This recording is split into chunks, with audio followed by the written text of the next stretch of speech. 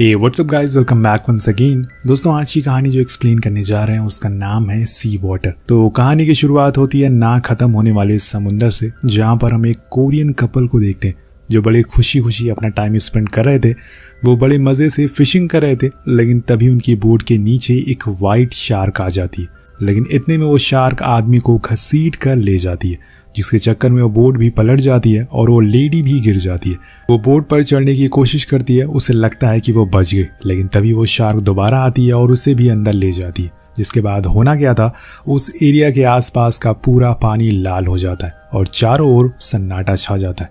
तो कुछ इस तरह से होता है इस कहानी का एंट्रो, जिससे कि आप समझ गए होंगे कि असल में ये कहानी कितनी खतरनाक होने वाली है। वहीं दूसरी तरफ हम यूली नाम की लड़की को देखते हैं, जो उसी बीच से अपनी सर्फिंग बोट लेके निकल जाती है। सर्फ करने के लिए वो बहुत ही बेहतरीन तरीके से बड़ी बड़ी लहरों के ऊपर सर्फ करती है, जिससे कि हमें पता चल पाता है कि यूली एक माहिर सर्फर है।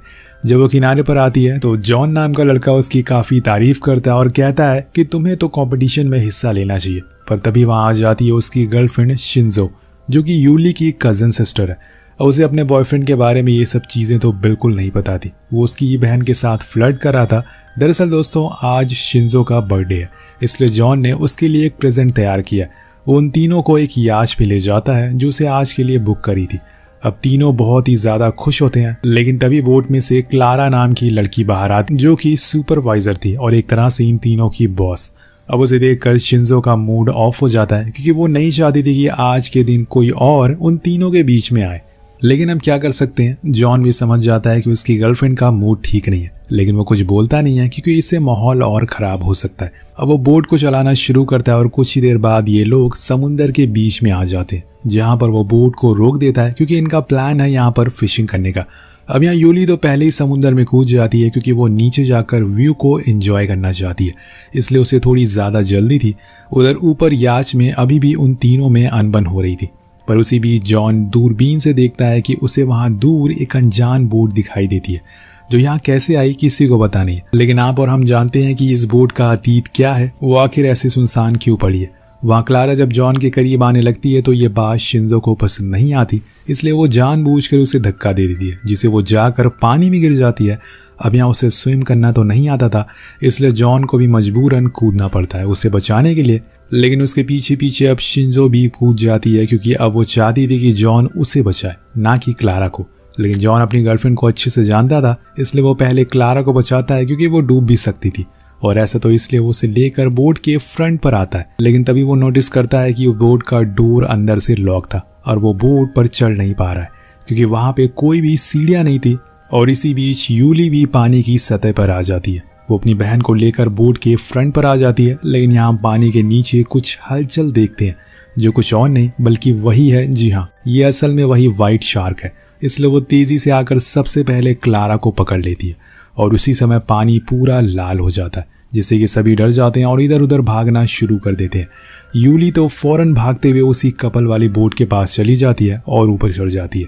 के ऊपर रखे हुए एक नोकीले हथियार से खुद को सेफ रखने की कोशिश करती है। लेकिन अभी तक और लोगों का कुछ अता पता नहीं था, लेकिन यहाँ वो शार्क कहीं आसपास ही घूम रही थी, क्योंकि उसकी आवाज़ यूली अच्छे से सुन सकती थी। तभी अचानक से वो देखती है कि शिंजो और जॉन भी उस बोट के पास आ गए। वो उन्हें हाथ देती है और जल्दी से ऊपर खींच लेती है, लेकिन यहाँ शिंजो के पैर में शार्क ने काट लिया था, जिससे कि लगातार खून बहता जा रहा था। और ये देखकर शिंजो तो बेहोशी हो जाती है, पर जॉन फौरन अपनी टी शर्ट में से एक कपड़ा फाड़कर उसके ऊपर बांध देता है, जिससे कि खून थोड़ी देर रुक सके। लेकिन अब इन्हें जल्दी से अपनी याच तक पहुंचना होगा, क्योंकि ये बोट तो बहुत ही छोटी है और वो शार्क किसी भी समय इसे पलट सकती है। लेकिन इसके सामने एक मुसीबत है, और वो ये है कि इस बोट का एंकर नीचे किसी पत्थर पर अटका हुआ है, जिसकी वजह से ना तो ये आगे बढ़ रही है और ना ही पीछे। इसलिए किसी को नीचे जाना होगा और उस एंकर को हटाना पड़ेगा, तभी ये बोट आगे बढ़ पाएगी। अब यहाँ सबसे अच्छी डाइविंग तो यूली को ही आती है, इसलिए वो तैयार हो जाती है नीचे जाने के लिए। लेकिन ये खतरे से खाली नहीं था, क्योंकि वो शार्क इनकी फिराक में ही बैठी हुई है और उसने अब शिंजो के खून को भी स्मेल कर लिया, जिससे कि वो चौकन्ना हो गई है। लेकिन वो फिर भी नीचे जाती है और कुछ ही देर बाद उसे वो रस्सी मिल जाती है जो एंकर से जुड़ी हुई थी, जिसकी मदद से वो उसे बाहर निकाल देती है। लेकिन जब उसकी बारी ऊपर आने की होती है तभी वो शार्क फिर से उनकी तरफ आना शुरू हो जाती है और ऊपर जॉन तो चौकन्ना हो चुका था। अब इधर शिंजो को भी होश आ चुका था, इसलिए वो दोनों ही बोट के मिडल में आकर बैठ जाते हैं और अपने हाथ में वो नुकीला हथियार ले लेते हैं। वही नीचे यूली जैसे तैसे खुद की सांस को रोक कर रखती है और मौका मिलते ही ऊपर आ जाती है, जिसके बाद वो लोग फौरन अपने हाथों से उस बोट को आगे बढ़ाना शुरू कर देते हैं। लेकिन ये इतना आसान नहीं था क्योंकि इसमें काफ़ी एनर्जी लग रही थी। ऊपर से उनके सर पर ही सूरज था जिससे कि उन्हें थकावट होना शुरू हो जाती है। तभी जॉन गुस्से में अपने अंदर की बात सभी को बोल देता है। वो कहता है कि मुश्किल समय में ही आपको इंसान की परख होती है। वो शिंजो के सामने यूली से कह देता है कि ये सब तो तुम्हारी वजह से ये हो रहा है। तुमने शिंजो को ये आइडिया दिया था, इसलिए मैं जानबूझकर क्लारा को साथ यहाँ लाया हूँ क्योंकि मेरा उसके साथ अफेयर था और आज मैं शिंजो से ब्रेकअप करने वाला था। ये सब सुन के वो उसे एक चाटा लगाती है, लेकिन तभी वो शार्क फिर से एक्टिव हो जाती है और उनके बोट के चारों ओर घूमना शुरू हो जाती है। कुछ समय के बाद वो एक छलांग मारती है जिससे कि इनकी बोट पलटते पलटते रह जाती है। अब यहाँ जॉन का दिमाग सनक चुका था। वो शिंजो से कहता है कि हमें स्विम करके अपनी याच तक जाना होगा, लेकिन वो मना करती है और कहती है कि तुम पागल हो गए हो क्या? अगर हम नीचे उतरे तो सभी लोग मारे जाएंगे। लेकिन वो उसकी नहीं सुनता और उसे ही पानी में धक्का दे देता है और खुद उस एंकर को रस्सी को लेकर पानी में कूद जाता है। वो तेजी से याच तक जाने लगता है, लेकिन ये इतना आसान नहीं था। वो शार्क तो इन्हीं के इंतजार में बैठी हुई थी। उससे सबसे पहले तो क्लारा का खून की स्मेल आती है जिससे कि वो उसकी ओर आने लगती है, लेकिन समय रहते ही यूली अपनी बहन के लिए पानी में कूद जाती है और फौरन उसे लेकर ऊपर आ जाती है। वहीं दूसरी ओर जॉन तेजी से स्विम करता हुआ याच तक पहुंच जाता है और वो दोनों को देखकर स्माइल करता है कि उसकी जान बच गई। अब याच के ऊपर चढ़ना शुरू करता है वो, लेकिन यहाँ उसकी किस्मत खराब थी। उसी समय उसका पैर स्लिप हो जाता है और फिर होना क्या था, वो जाकर सीधा पानी में गिरता और अगले ही पल वो जगह पूरी लाल हो जाती है। ये सब शिंजो अपनी आंखों से देख रही थी और उसे यकीन ही नहीं हो रहा था कि उसे अपने बर्थडे पर कुछ इस तरह का सरप्राइज मिलेगा। कुछ ही पल पहले वो लोग बहुत ही खुश थे, पर कहीं न कहीं यूली को ये सब सही लग रहा था क्योंकि उसे शुरू से ही जॉन पर शक था और उसे वो सही इंसान नहीं लगता था और आज उसने ये साबित भी कर दिया। यहाँ पे बचे हुए हैं सिर्फ 2 लोग, लेकिन इसके आगे का सफर इनके लिए और मुसीबत भरा होने वाला है क्योंकि इस समय पर इनके सर पर सूरज है और इन्होंने कई दिनों से कुछ खाया पिया नहीं है और इसीलिए डिहाइड्रेट होना शुरू हो जाते हैं और वहीं बेहोश हो जाते हैं। जब इनकी आँख खुलती है तो रात हो चुकी थी और ऐसे में समुद्र में रात और भी ज्यादा खतरनाक और डरावनी होती है। लेकिन यूली कहती है कि हमें कैसे भी करके उस बॉय तक पहुंचना होगा जो उनसे थोड़ी दूर पर होता है। तो यहाँ हम आपको बता दें कि बॉय असल में समुद्र में कुछ दूरी पर लगाया जाता है, लेकिन वहां तक पहुंचने के लिए इन्हें स्विम करना होगा क्योंकि बोट में छेद है।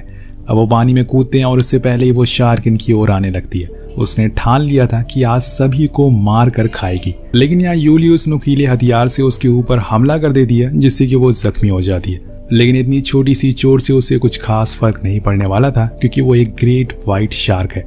वो तो अब और गुस्से में आ गई थी जिसकी वजह से उसने उनकी बोट को पलट दिया था। अब इनके पास उस बॉय तक स्विम करके जाने के अलावा कोई और ऑप्शन नहीं है। इन्हें ये नहीं भूलना चाहिए कि ये अभी पानी में है जो कि है शार्क का घर और इन्हें फौरन वहां तक पहुंचना होगा। अब यूली तो तेजी से पहुंच जाती है, लेकिन शिंजो का पैर की घाव की वजह से वो ज्यादा तेज तैर नहीं पाती और इसमें से लगातार खून भी बह रहा था जिसकी स्मेल उस शार्क को आ जाती है और वो उसकी ओर अपनी पूरी स्पीड से आने लगती है। अब यहाँ यूली तो पूरी कोशिश करती है कि वो अपनी बहन को ऊपर खींच ले, लेकिन ऐसा हो नहीं पाता। वो शार्क आकर उसे अपने जबड़ों में फंसा लेती है और उसके हाथों से ही उसकी बहन को खींच कर ले जाती है, लेकिन यूली कुछ भी कर नहीं पाती। यहाँ यूली समुद्र में अकेली पड़ गई है। 2 दिन पहले यहाँ तक 4 लोग थे, लेकिन आज जख्मी हालत में वो अकेले पड़ी हुई है। अब सबसे ज्यादा दुख उसे अपनी बहन के खोने का है। वो अंदर से पूरी तरह से टूट चुकी है और उसे यकीन ही नहीं हो रहा है कि उसकी बहन अब जा चुकी है, पर यही हकीकत है। कुछ ही देर बाद वो उस बॉय के अंदर सामानों को चेक करना शुरू करती है ताकि कुछ हेल्पफुल चीजें मिल सके।